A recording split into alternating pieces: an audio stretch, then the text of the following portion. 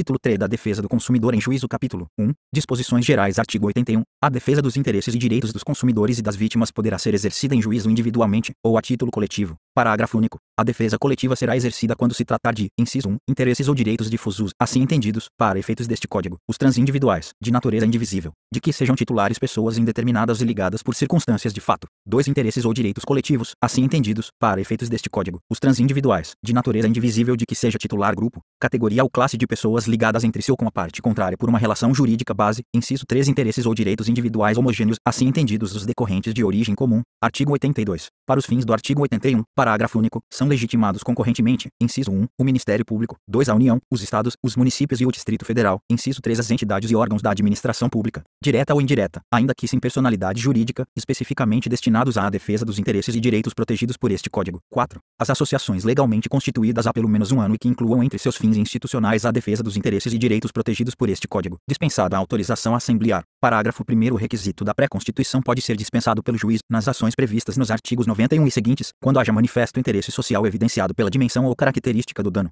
ou pela relevância do bem jurídico a ser protegido. Parágrafo 2º. Vetado. Parágrafo 3º. Vetado. Artigo 83. Para a defesa dos direitos e interesses protegidos por este Código são admissíveis todas as espécies de ações capazes de propiciar sua adequada e efetiva tutela. Parágrafo único. Vetado. Artigo 84. Na ação que tenha por objeto o cumprimento da obrigação de fazer ou não fazer, o juiz concederá a tutela específica da obrigação ou determinará providências que assegurem o resultado prático equivalente ao do adimplemento. Parágrafo 1º. A conversão da obrigação em perdas e danos somente será admissível se por elas optar o autor ou se impossível a tutela específica ou a obtenção do resultado prático correspondente. Parágrafo 2º. A indenização por perdas e danos se fará sem prejuízo da multa. Artigo 287. Do Código de Processo Civil. Parágrafo 3º. Sendo relevante o fundamento da demanda e havendo justificado o receio de ineficácia do provimento final, é lícito ao juiz conceder a tutela liminarmente ou após justificação prévia, citado o réu. Parágrafo 4º. O juiz poderá, na hipótese do parágrafo 3º ou na sentença, impor multa diária ao réu, independentemente de pedido do autor, se for suficiente ou compatível com a obrigação, fixando prazo razoável para o cumprimento do preceito. Parágrafo 5º. Para a tutela específica ou para a obtenção do resultado prático equivalente, poderá o juiz determinar as medidas necessárias, tais como busca e apreensão, remoção de coisas e pessoas, desfazimento de obra, impedimento de atividade nociva, além de requisição de força policial.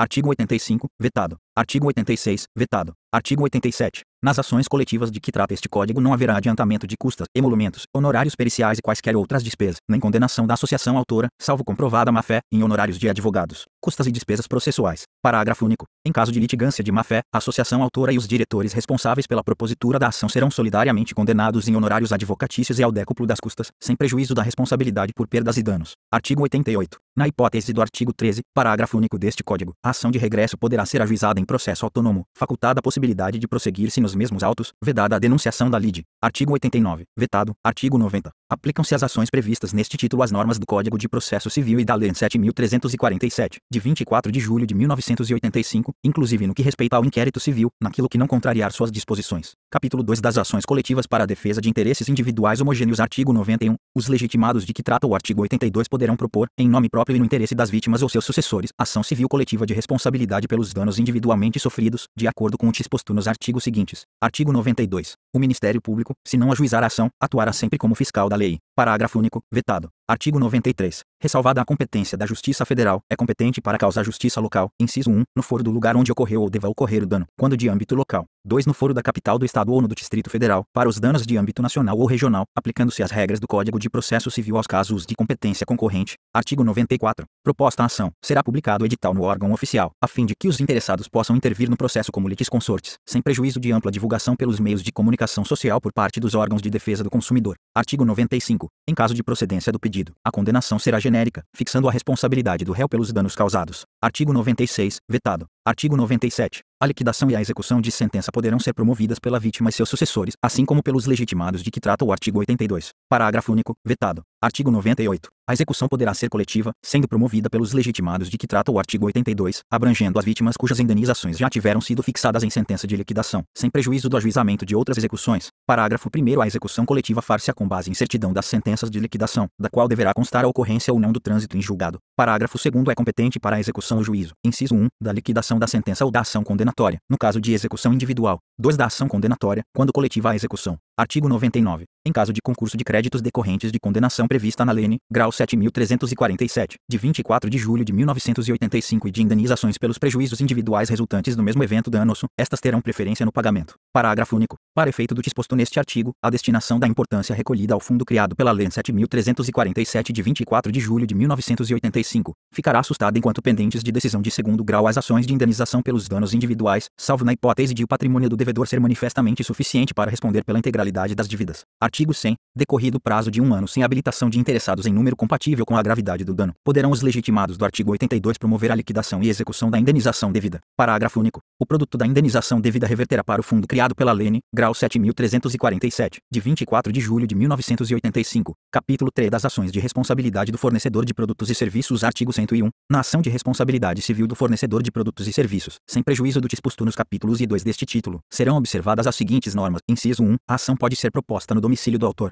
2. O réu que houver contratado seguro de responsabilidade poderá chamar ao processo o segurador, vedada a integração do contraditório pelo Instituto de Resseguros do Brasil. Nesta hipótese, a sentença que julgar procedente o pedido condenará o réu nos termos do artigo 80 do Código de Processo Civil. Se o réu houver sido declarado falido, o síndico será intimado a informar a existência de seguro de responsabilidade, facultando-se, em caso afirmativo, o ajuizamento de ação de indenização diretamente contra o segurador, vedada a denunciação da lide ao Instituto de Resseguros do Brasil e dispensado o litisconsórcio obrigatório com este. Artigo 102. Os legitimados a agir na forma deste Código poderão propor ação visando compelir o poder público competente a proibir, em todo o território nacional, a produção, divulgação, distribuição ou venda, ou a determinar a alteração na composição, estrutura, fórmula ou acondicionamento de produto, cujo uso ou consumo regular se revele nocivo ou perigoso à saúde pública e à incolumidade pessoal. Parágrafo 1º, vetado. Parágrafo 2º, vetado. Capítulo 4 da coisa julgada. Artigo 103. Nas ações coletivas de que trata este Código, a sentença fará coisa julgada, inciso 1, erga omnes, exceto se o pedido for julgado improcedente por insuficiência de provas, hipótese em que qualquer legitimado poderá intentar outra ação, com idêntico fundamento valendo-se de nova prova, na hipótese do inciso 1 do parágrafo único do artigo 81,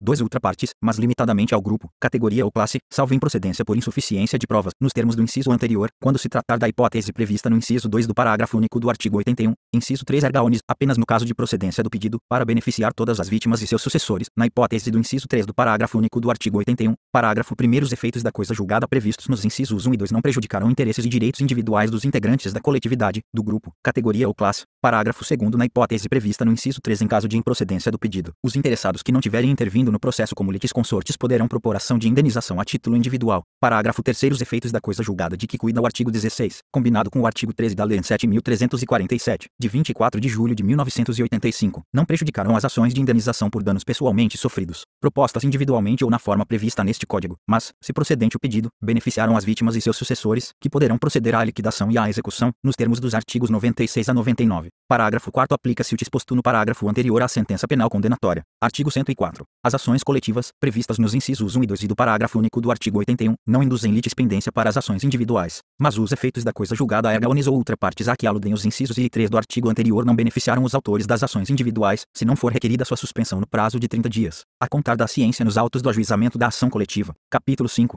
Da conciliação no superendividamento. Artigo 104-A. A requerimento do consumidor superendividado pessoa natural, o juiz poderá instaurar processo de repactuação de dívidas, com vistas à realização de audiência conciliatória, presidida por ele ou por conciliador credenciado no juízo, com a presença de todos os credores de dívidas previstas no artigo 54-A deste Código, na qual o consumidor apresentará proposta de plano de pagamento com prazo máximo de 5 anos, preservados o mínimo existencial, nos termos da regulamentação, e as garantias e as formas de pagamento originalmente pactuadas. Parágrafo 1º. Excluem-se do processo de repactuação as dívidas, ainda que decorrentes de relações de consumo, oriundas de contratos celebrados dolosamente sem o propósito de realizar pagamento, bem como as dívidas provenientes de contratos de crédito com garantia real, de financiamentos imobiliários e de crédito rural. Parágrafo 2º. Não comparecimento injustificado de qualquer credor, ou de seu procurador com poderes especiais e plenos para transigir. A audiência de conciliação de que trata o caput deste artigo acarretará a suspensão da exigibilidade do débito e a interrupção dos encargos da mora, bem como a sujeição compulsória ao plano de pagamento da dívida se o montante devido ao credor ausente for certo e conhecido pelo consumidor, devendo o pagamento a esse credor ser estipulado para ocorrer apenas após o pagamento aos credores presentes à audiência conciliatória. Parágrafo 3º. No caso de conciliação, com qualquer credor, a sentença judicial que homologar o acordo descreverá o plano de pagamento da dívida e terá eficácia de título executivo e força de coisa julgada. Parágrafo 4º. Constarão do plano de pagamento referido no parágrafo 3º deste artigo, inciso 1, medidas de dilação dos prazos de pagamento e de redução dos encargos da dívida ou da remuneração do fornecedor, entre outras destinadas a facilitar o pagamento da dívida, e referência à suspensão ou à extinção das ações judiciais em curso. Inciso 3. Data a partir da qual será providenciada a exclusão do consumidor de bancos de dados e de cadastros de inadimplentes. 4.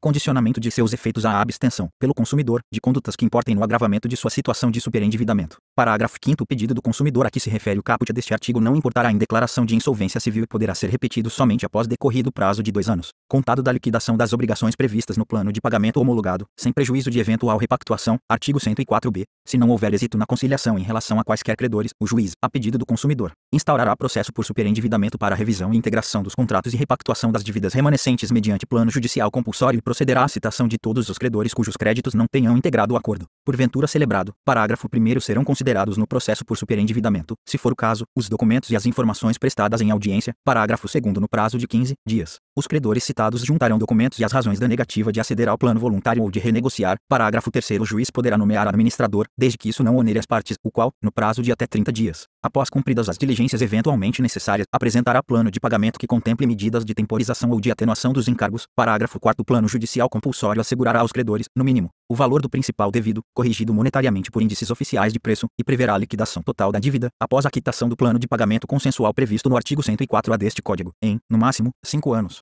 sendo que a primeira parcela será devida no prazo máximo de 180 dias, contado de sua homologação judicial, e o restante do saldo será devido em parcelas mensais iguais e sucessivas. Artigo 104-C. Compete concorrente e facultativamente aos órgãos públicos integrantes do Sistema Nacional de Defesa do Consumidor a fase conciliatória e preventiva do processo de repactuação de dívidas, nos moldes do artigo 104-A deste Código, no que couber, com possibilidade de o processo ser regulado por convênios específicos celebrados entre os referidos órgãos e as instituições credoras ou suas associações. Parágrafo 1º. Em caso de conciliação administrativa para prevenir o superendividamento do consumidor pessoa natural, os órgãos públicos poderão promover, nas reclamações individuais, audiência global de conciliação com todos os credores e, em todos os casos, facilitar a elaboração de plano de pagamento, preservado o mínimo existencial, nos termos da regulamentação, sob a supervisão desses órgãos, sem prejuízo das demais atividades de reeducação financeira cabíveis. Parágrafo 2º. O acordo firmado perante os órgãos públicos de defesa do consumidor, em caso de superendividamento do consumidor pessoa natural, incluirá a data a partir da qual será providenciada a exclusão do consumidor de bancos de dados e de cadastros de inadimplentes, bem como o condicionamento de seus efeitos à abstenção, pelo consumidor, de condutas que importem no agravamento de sua situação de superendividamento, especialmente a de contrair novas dívidas. Título 4 do Sistema Nacional de Defesa do Consumidor. Artigo 105. Integram o Sistema Nacional de Defesa do Consumidor, SNDC, os órgãos federais, estaduais, do Distrito Federal e municipais e as entidades privadas de defesa do consumidor. Artigo 106. O Departamento Nacional de Defesa do Consumidor, da Secretaria Nacional de Direito Econômico, MJ, ou órgão federal que venha a substituí-lo, é organismo de coordenação da política do Sistema Nacional de Defesa do Consumidor, cabendo-lhe, inciso 1, planejar, elaborar, propor, coordenar e executar a política nacional de proteção ao consumidor e receber, analisar, avaliar e encaminhar consultas, denúncias ou sugestões apresentadas por entidades representativas ou pessoas jurídicas de direito público ou privado. Inciso 3. Prestar aos consumidores orientação permanente sobre seus direitos e garantias. 4. Informar, conscientizar e motivar o consumidor através dos diferentes meios de comunicação. Inciso 5. Solicitar à Polícia Judiciária a instauração de inquérito policial para a apreciação de delito contra os consumidores, nos termos da legislação vigente. Inciso 6. Representar ao Ministério Público competente para fins de adoção de medidas processuais no âmbito de suas atribuições. Inciso 7. Levar ao conhecimento dos órgãos competentes as infrações de ordem administrativa que violarem os interesses difusos, coletivos ou individuais dos consumidores. Inciso 8. Solicitar o concurso de órgãos e entidades da União, Estados, do Distrito Federal e municípios, bem como auxiliar a fiscalização de preços, abastecimento, quantidade e segurança de bens e serviços. Inciso 9. Incentivar, inclusive com recursos financeiros e outros programas especiais,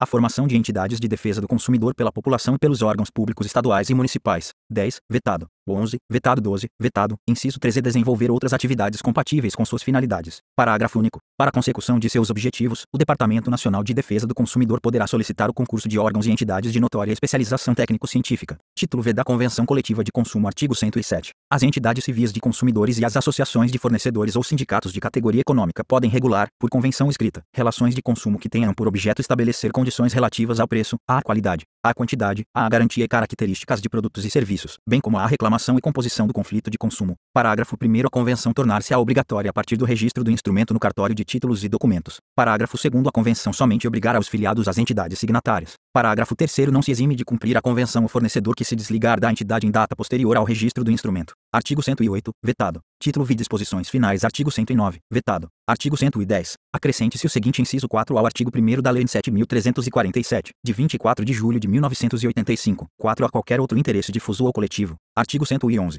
O inciso 2 do artigo 5º da Lei 7.347, de 24 de julho de 1985, passa a ter a seguinte redação e inclua, entre suas finalidades institucionais, a proteção ao meio ambiente, ao consumidor, ao patrimônio artístico, estético, histórico, turístico e paisagístico, ou a qualquer outro interesse difuso ou coletivo. Artigo 112. O parágrafo 3º do artigo 5º da Lei 7.347, de 24 de julho de 1985, passa a ter a seguinte redação: terceiro, em caso de desistência infundada ou abandono da ação por associação legitimada, o Ministério Público ou outro legitimado assumirá a titularidade ativa. Artigo 113. Acrescente-se os seguintes parágrafos 4 graus 5º e 6º ao artigo 5º da Lei N, grau 7.347, de 24 de julho de 1985, parágrafo 4, graus. O requisito da pré-constituição poderá ser dispensado pelo juiz, quando haja manifesto interesse social evidenciado pela dimensão ou característica do dano, ou pela relevância do bem jurídico a ser protegido. Parágrafo 5, graus. Admitir-se ao litisconsórcio facultativo entre os Ministérios Públicos da União, do Distrito Federal e dos Estados na defesa dos interesses e direitos de que cuida esta lei. Parágrafo 6, os órgãos públicos legitimados poderão tomar dos interessados compromisso de ajustamento de sua conduta às exigências legais, mediante combinações, que terá eficácia de título executivo extrajudicial.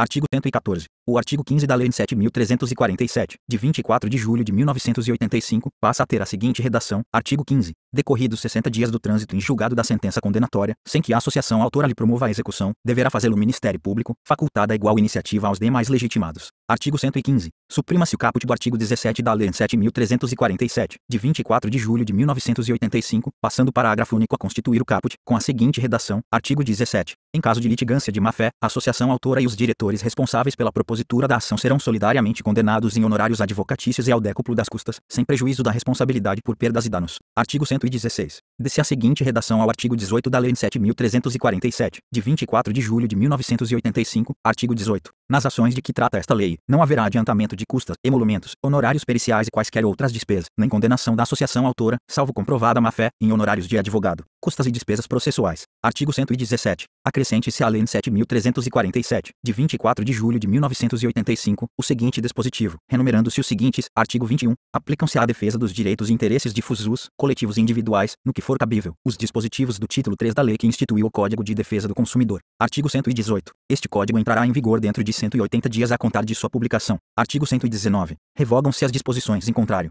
Brasil.